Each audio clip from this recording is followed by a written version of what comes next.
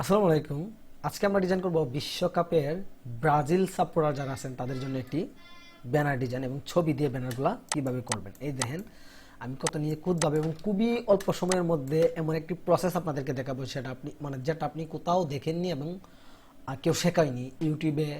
যদি আপনি প্রিন্টিং পেজে জব করেন তাহলে আপনি এগুলো করতে পারবেন। একমাত্র প্রিন্টিং পেজে অনেকগুলা কাস্টমার আসে, তো তাদেরকে শর্টকাটলি কিভাবে একটি ইউনিক ডিজাইন করে বিদায় দিতে হয় সেটা আমি আপনাদেরকে আজকে দেখাবো।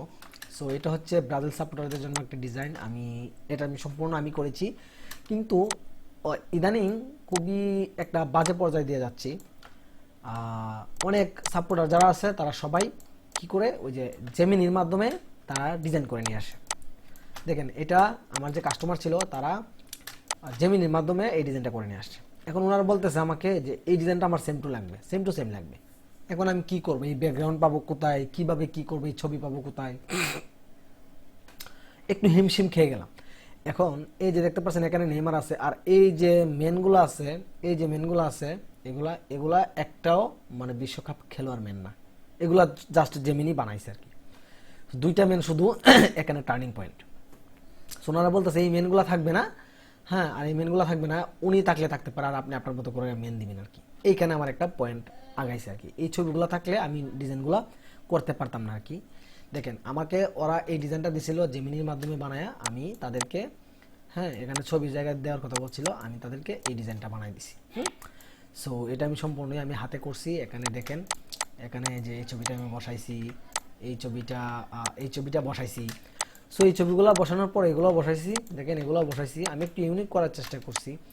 আর ওনারা একটু ওই যে আর্জেন্টিনা সাপোর্টারদেরকে একটু খেপানোর জন্য কি রাগ করলা এই রিলেটেড একটা কথা দিতে বলছে আর কি, দিলাম আর কি। বুঝতেই তো পারছেন কাস্টমার যা চাই তাই দিতে হবে।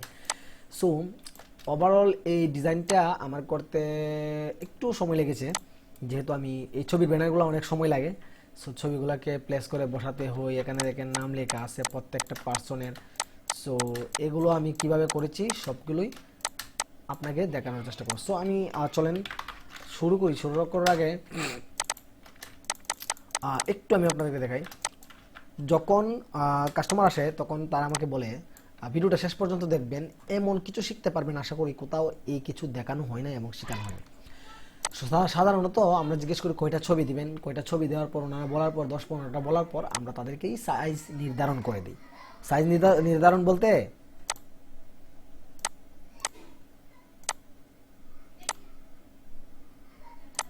সাইজ নির্ধারণ বলতে আমি বোঝাতে চাচ্ছি যে আপনি কই ফুট বাই কই ফুট একটা ব্যানার দিবেন। তো ওনাদের ছবি বলার পর আমি তাদেরকে সাজেস্ট করে দিলাম 4 ফিট বাই 10 ফিট একটা ব্যানার আপনারা নিতে পারেন। হ্যাঁ, আর ওনারা এই ডিজাইনটা দিছিল। তো ডিজাইনটার পর আমি চিন্তা করলাম যে এই ডিজাইনটা কিভাবে করতে পারি।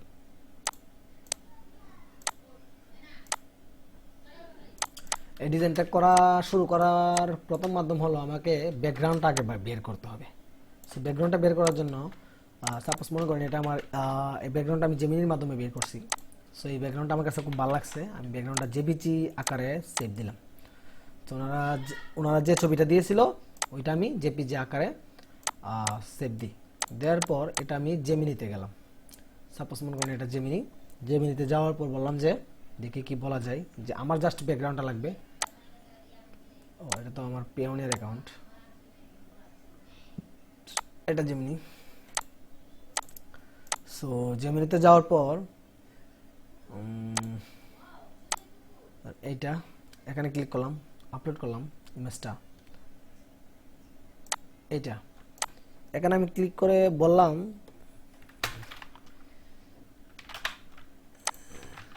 এই ডিজাইনের ব্যাকগ্রাউন্ডটি শুধু আমাকে দাও, দেখি ওনার কে নেই। আমি এইভাবে বলে সরে জাস্ট ব্যাকগ্রাউন্ডটা আমি জেমিনি থেকে বানাইছি। এইবার দেখি লাস্ট চান্স, নেনো ব্যানানা লোড হচ্ছে, এবার হতে পারে।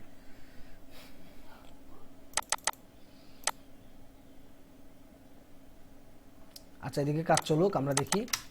হ্যাঁ, তো যখন আমি আপনাদেরকে দেখাচ্ছি এইভাবেই আমি ব্যাকগ্রাউন্ডটা বের করে নিয়েছিলাম।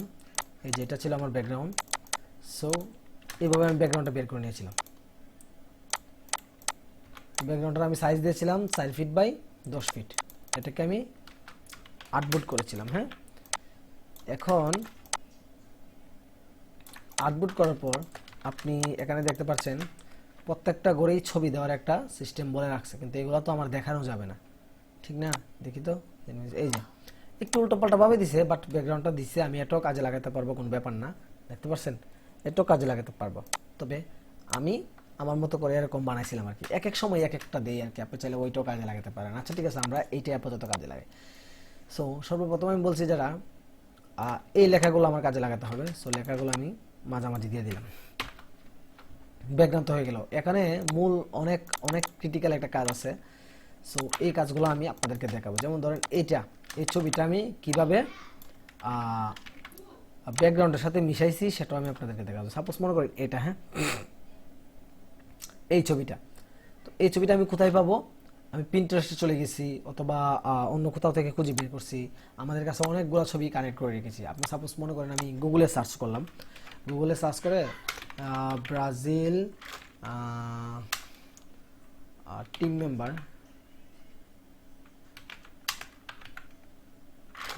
লিখে সার্চ করে দেখি কি আসে।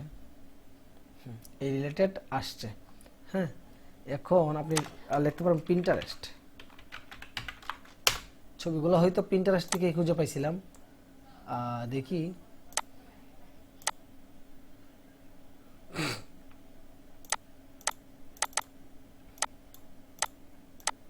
এটা কপি করে আমি পিন্টারেস্টে যাই। যাওয়ার পর এদিকে আপনি চাইলে ওনাদের পছন্দ মতো এইসব ছবিও আপনি দিতে পারেন। ওনারা সাপোজ মনে করেন আমি এই ছবিটা দিতে পারি, ওনাদের সাম্বা ডান্স নাকি ডান্স যেন বলে, তো এগুলো আপনি বসাতে পারেন। সাপোজ মনে করেন আমি এই ডিজাইনটাতে এই ছবিটাই ব্যবহার করব। এটা কীভাবে ব্যাকগ্রাউন্ডে মিশাতে হবে দেখেন, এটা ব্যাকগ্রাউন্ডে মিশানো আছে, তো কীভাবে মিশাতে হবে সেটাও আমি আজকে আপনাদেরকে দেখাবো। তো এগুলো কিন্তু ক্রিটিক্যাল ডিজাইন। এইটা ছবিটা আমি নিলাম গুগল থেকে। সাপোজ মনে করেন আমি এই ছবিটা এখান থেকে প্লেস করলাম। আশা করি এই রিলেটেড ডিজাইন আপনাদেরকে কেউ দেখাতে পারবে না। ধরেন আমি এটা এখানে প্লেস করলাম। প্লেস করার পর এখান থেকে আনএমবেড ক্লিক করে এটাকে আমি ফটোশপে নিয়ে যাব।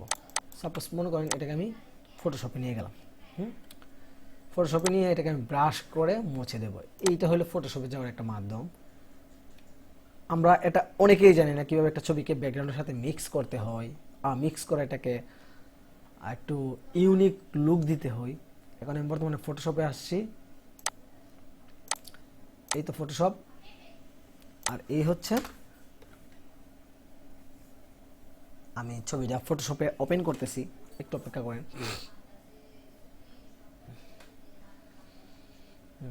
এখন এই যে ব্রাশ টুলটা নেবেন, নিয়ে উপরে একটা ব্রাশ করলেন। ব্রাশ করার পর এদিকে একটু ব্রাশ করলেন, এখন কন্ট্রোল এস এ ক্লিক করলেন, অর্থাৎ এটা সেভ দেওয়ার পর আপনি ইলাস্ট্রেটরে গেলেন, গিয়ে এখানে ইয়েস ক্লিক করলে দেখেন এটা আশা করি খুব সুন্দরভাবে এটা মিক্স হয়ে গেছে।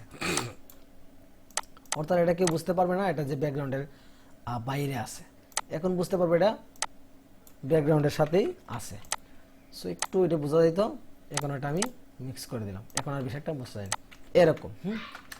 সো এই তো, এখন এই নেইমারের ছবিটা অনেক খোঁজাখুঁজি করে বের করছে। আপনারা এইভাবেই গুগল থেকে, আমি আপনাদের প্রসেস বুঝাই দিলাম, ঠিক আছে? আপনারা গুগল থেকে এইভাবে ছবিগুলো বের করে নিতে পারেন। এই যে নেইমার কামব্যাকস ফন্ট, এই ফন্টটা আমি কিভাবে দিছি এটা তো আপনি পারবেন আশা করি।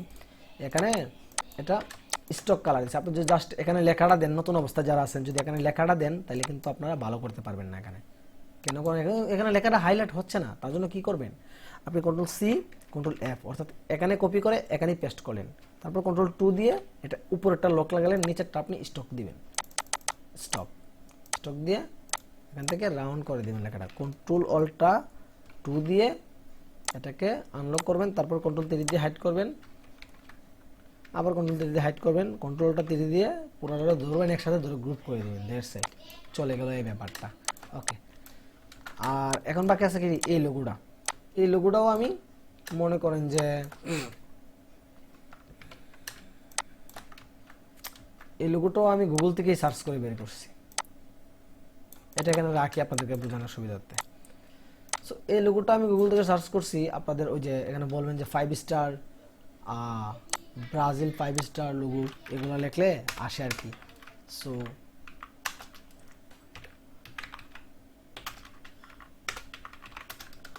এটা বলার পর না, এটা এটা তো 5 স্টার লোগো হচ্ছে এটা এটা হচ্ছে 5 স্টার লোগো, আর এটা হচ্ছে ওই যে বিশ্বকাপ আর কি। বিশ্বকাপটা আপনি লিখে সার্চ করলে এরকম একটা বিশ্বকাপ পেয়ে যাবেন। সো এটা আমি মধ্যস্থানে বসাই দিলাম। বসানোর পর এখন এই রিলেটেড ছবিগুলো দেখেন, এগুলো আমি ওই যে এটার মতো করেই মানে মিক্স করছি আর কি। মিক্স করে আমি এই দুইটার আমি এখানে বসাইছি। বসাইলাম, এই যে এখানে বসাইলাম। বসানোর পর যেটাও আমি ওই মিক্স করে দিছি, ব্যাকগ্রাউন্ড মিশাই দিছি, এটা দেখলে বোঝা যাবে না এই আর কি। আচ্ছা এখন আসেন এই যে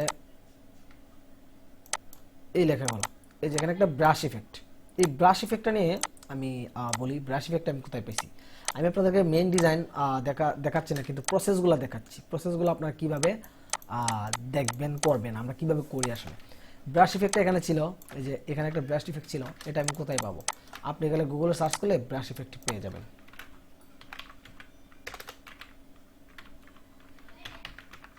ব্রাশ ইফেক্ট লিখে সার্চ করলে এই রিলেটেড ইফেক্ট পেয়ে যাবেন।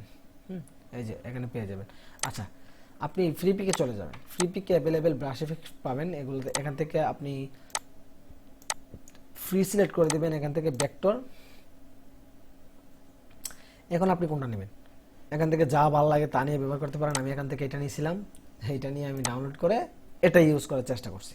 ইপিএসে ক্লিক করলে আপনার ডাউনলোড হওয়ার পর যে কোনো একটা নিয়ে আপনি ইউজ করতে পারবেন। এটা আর দেখাচ্ছি না, আশা করি পারবেন। ফ্রি পিক থেকে কীভাবে ডাউনলোড করে একটি ব্রাশ ইফেক্ট ইউজ করতে হয় এটা আমি পারবেন, আশা রাখা যায়। সো এখান থেকে আমি এটা বসাই দিলাম। সাপোজ মনে করেন বসাই দিলাম। বসানোর পর এখানে আমি এই লেখাটা বসালাম।